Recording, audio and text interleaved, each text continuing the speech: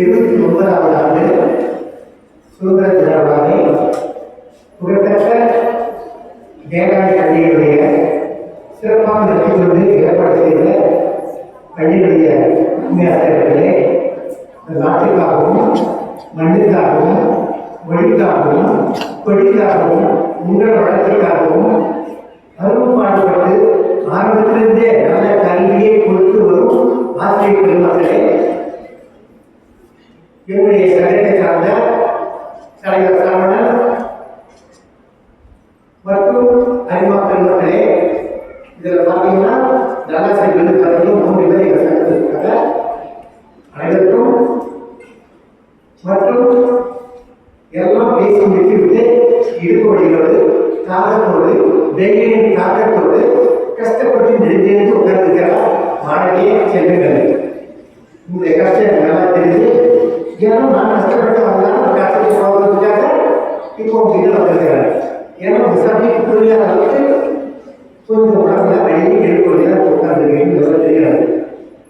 இருந்தாலும் நேரத்தில் அன்னை கருதி சில வார்த்தைகளை இந்த நாட்டுப்பற்று உள்ள வார்த்தைகளை மட்டும் சொல்லிவிட்டு அகர்வுகிறேன். நீங்கள் நேரம் எடுத்து விரும்பவில்லை. தேவைப்பட்டால் உங்கள் புதிய ஆசிரியர்கள் 10th மேல் உள்ள பள்ளி மாணவிகள் நம்முடைய தலைமை ஆசிரியர் விரும்பினால் ஒரு நாளைக்கு தேர்வுள்ள இதே மாதிரி செய்வதைய அனைத்துறையிலோ இல்லை நிழலுள்ள பகுதியிலோ உட்கார்ந்து நாட்டுப்பற்று ராணுவத்துடைய திறமையை போர் எப்படி ராணுவத்தில் சேரணும், எப்படி பண்ணணும், அதை பற்றி சேர்த்து கேட்டால் நான் சொல்லுவாங்க இலவசமாகவே உங்களுக்கு அழகாக தெளிவாக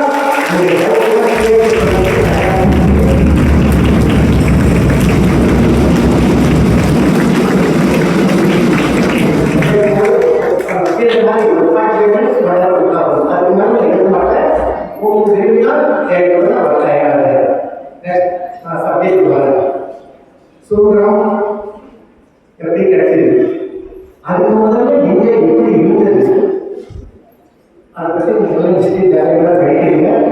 ஹிஸ்டரியோட ஆசிரியர்கள் என்ன சொல்லுவாங்க சரியாக படிச்சிருக்கிறீங்க. சுருக்கமாக சொல்லியிருக்கேன்.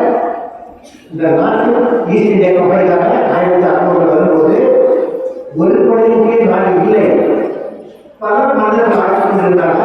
அவங்க பார்த்தாங்க இவரோட ஒட்டி நாட்கள் திரித்தாலும் தன்மை பயன்படுத்தி கிளாசிக் போர்ல ஆரம்பித்து ராபர்ட் கிளைவ்ஸ் கிளாசிக் போர்ல ஆரம்பித்து கொஞ்சமாக வியாபார கிடைக்கப்படி நாட்டை பிடித்து நாட்டையே ஆரம்பிச்சார்.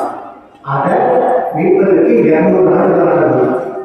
பல தியாகங்கள் வடநாட்டு மக்கள், தென்னாட்டு மக்கள், கிழக்கு மக்கள், தென்னாட்டு மக்கள், நம்முடைய இந்தியாவிலே சொல்லலாம் அத்தனை நாடுகளும் பெரிய பணக்காரர்கள், செல்வந்தர்கள், படித்த ஆசிரியர்கள் ஓடிட்டு தியாகம் பண்ணி செத்து மடிந்து நம்முடைய கைதியை கொண்டே கட்டமான சிறையாகி அதெல்லாம் கிடைச்சது.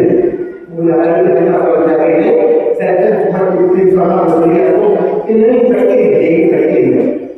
ஆனால் சூழல் கிடைத்து பிற்பாடு இன்னும் நடந்தது நீங்க விழிப்புணர்வாக இருங்கள். வேலுநாச்சியார் சொன்னால் அப்புறம் அவருடைய தலைமை வெளியேற்றவன் உமர்துறை தெற்கே அவசரமானால் பாரதியா பாரதியா உலக இந்தியாவிலேயே மதம் காளிதாச கடக்கூடிய மதம் ஒரே மனிதர் அவர் தான் இதுவரை யாரும் மதாக்கள் அவர்களே இல்லை. இதுவரை இடத்தை வரை மதங்களை பாருங்க அவர் அப்படியே இவரெல்லாம் தியாகம் எல்லாருக்கும் தெரியும். நான் சுதந்திரத்துக்கு பிற்பாடு நான் 70 சூழ்நிலை நம்ம அடிமையாக பேசுறதுன்றவே இல்லை. சுதந்திரம் கிடைத்த பிற்பாடு நம்முடைய இந்தியா நாடு 5 போர்களை சந்தித்திருக்கிறது. ஆனால் ஒரு போது சிந்தூர் போர், சிந்தூர் போட்டி இந்த போர் 6வது போர். இந்த 5 போர்ல நாட்டில் தியாகம் பண்ணவர்கள் நிறைய பேர் உலகிலேயே அதிகமான கஷ்டமான வாழ்க்கை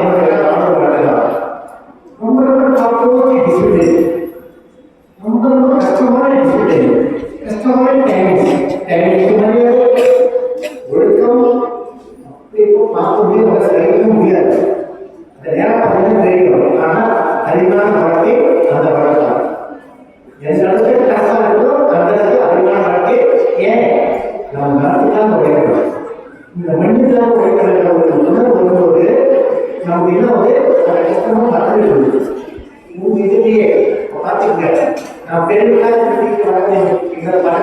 இந்த விருதுகளை நான் பள்ளிகளுக்கெல்லாம் அங்க சேர்ந்து 885 சர்வீஸ். இதுல நம்முடைய இந்திய நாடு 1047 ஒரு போர், 1047 ஒரு போர், 1062 ஒரு போர், 1065 ஒரு போர், 1071 ஒரு போர், 1019 ஒரு போர், இப்பொழுது ஒரு போர். இந்த சின்ன போர் தான் இது போர்.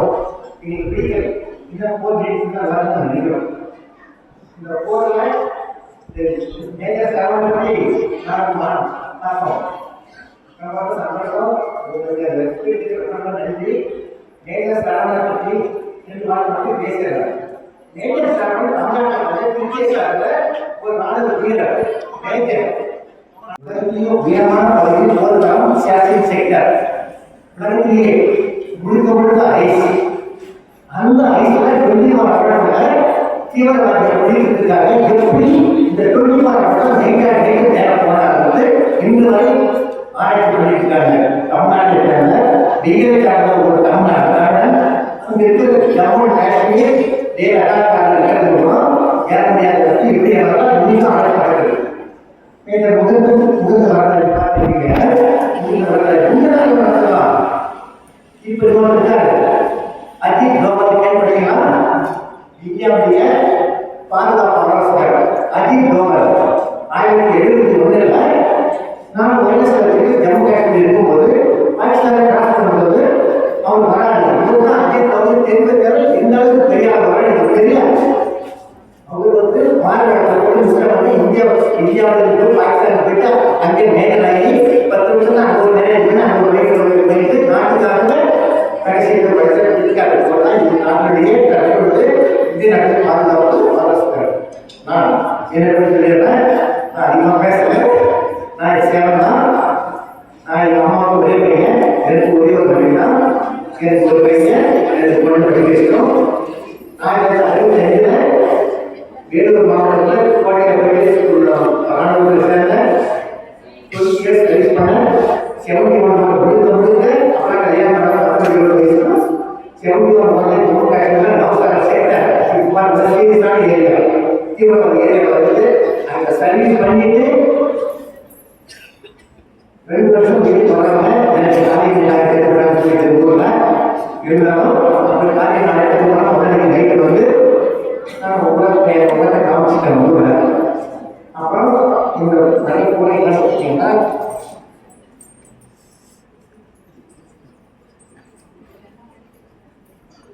இந்த medal Jammu Kashmir area over medal, அப்புறம் டெசர்ட் மெடல், லேலடாக் மெடல், சைனாவால் மெடல், மார் மெடல், எக்ஸ்பீரியன்ஸ் மெடல் கொடுத்தாங்க.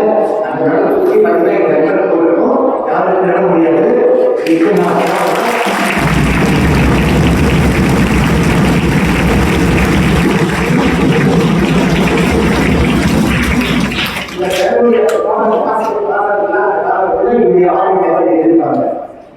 திருடி சுற்றி போய் நான் சொல்ல முடியாது. இதே ட்ரெஸ் போனா நேரடியாக சந்திக்கலாம், பிரைம் மினிஸ்டர் சந்திக்கலாம், பிரைம் மினிஸ்டர் சந்திக்கலாம்.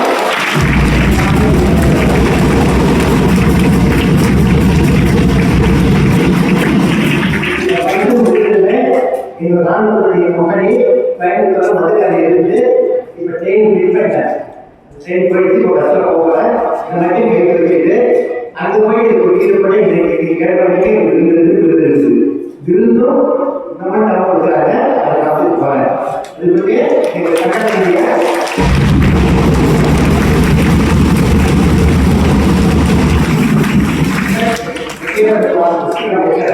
நான் சீக்கிரமா மாற்றி பார்க்க வெளியே இருக்கிறது கலைக்கிற மீட் பண்ணிட்டு வரேன்.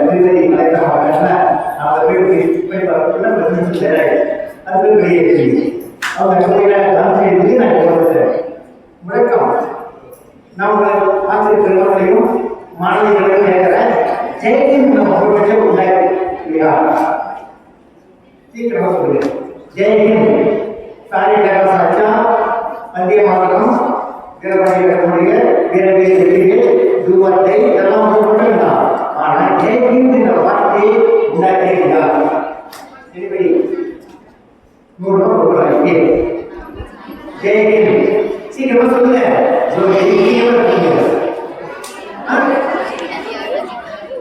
ஜெயகின் அப்படி இல்லை பேசிக்கிட்டே ஜெயகின் சொல்றதில்ல பிடிக்க நம்ம உண்டாக்கிட்டியா முடிக்கா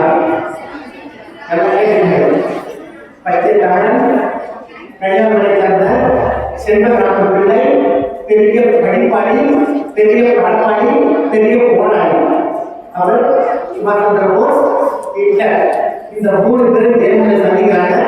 சந்திக்கும் போது ஹிட்லர் போய் கேட்கிறாங்க எங்களுக்கு ஆதரவு கொடுத்த சூழ்நிலை எடுத்திருக்காரு நடந்த விஷயம் ஆதரவு கொடுங்க நான் உங்களுடைய ஆதரவு கொடுத்ததற்கு சுபாஷ் சந்திர போஸ் கேட்கும்போது பச்சை தமிழ்நாடு செல்வராம கன்னியாகுமரி சேர்ந்ததான் சுபாஷ் சந்திர போஸ் நீங்க ஜெயகின் என்ற வார்த்தையை இனிமேல் வீர முழக்கமாக உண்டாக்கி இப்படிதான் பற்றி நம்ம உண்டாக்கி விட்டார்.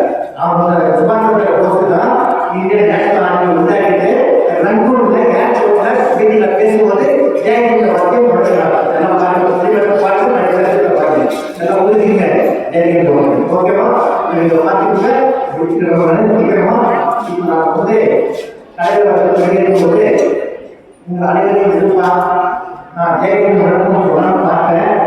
யாரும் கிடைக்கல நீங்கள் சொல்லியிருக்காங்க. நீங்கள் யாரும் எழுதிட்டு வேண்டாம் உட்காருங்க. உட்கார்ந்துட்டு என்னோடு 3 முறை ஜெயகின் சொல்லுங்க. இந்த ஜெயகின் ஒரு தாண்டில அப்புறம் சூழல் கேட்டுட்டாங்க. இதுவும் எப்பயுமே ஒரு கோரிக்கை எப்பவுமே மணி மக்களுக்கு நான் அதே அதான் அது இப்போ நாங்கள் சொன்னாங்க சொன்னாங்க அந்த போர் நடக்கும்போது அட்டாக் பண்ண போனாங்கன்னா பாருங்க மழை மழைதான் அடுத்த மழை கொடுத்து வந்துருமே பச்சை கொடுத்து வந்துருமே அப்பா வந்து நான் நினைக்க மாட்டாங்க முழுக்க முழுக்க பாரத பாரதம் சாயங்காலம் பாரத மண்ணுதான் அதே அது சொல்லிதான் அட்டாக் பண்ணுவோம். ஜெயித்து உங்களுக்கு கடைசியாக சொல்லிடுறேன் எல்லாரும் நல்லா படிங்க. இப்ப கரண்டிக்கு பதிலாக கரண்டி எடுக்காதீங்க என்ன எடுக்க சரியா அது மாதிரி ஒவ்வொருவரும் ஐடியா கொடுக்கிறவர்களை நல்லா ஐபிஎஸ் ஆஃபீஸராகவோ ஐஏஎஸ் ஆஃபீஸராகவோ எஸ்எஸ்பி ஸ்டாஃப் செலக்ஷன் போர்டு ஆஃபீஸர்னா நானும் ஆஃபீஸர் ஆகிறதுக்கு SSC staff selection commission officer ஆகிட்டு நீங்க நல்ல ஒரு நானும் அதிகாரி நிறைய இருக்கிறாங்க 2 நாள் இருக்காங்க. இப்போ சிஆர் கமிஷன் சேர்த்துருக்காங்க செக்ஷன் வாங்கிக்கல மெயின் ஆஃபீஸர் சேர்க்கல ஆனால் அட்மினிஸ்ட்ரேட்டிவ் ஆஃபீஸர் ஜெயிக்க ஆகியிருக்காங்க. அந்த மாதிரி வரணும் எல்லாமே காரணமாக பார்க்கறத எல்லாமே பார்க்க முடிக்கிறேன். ரொம்ப நன்றி. ஏன்னா கருத்து எல்லாம் பேசுறது சீக்கிரமாக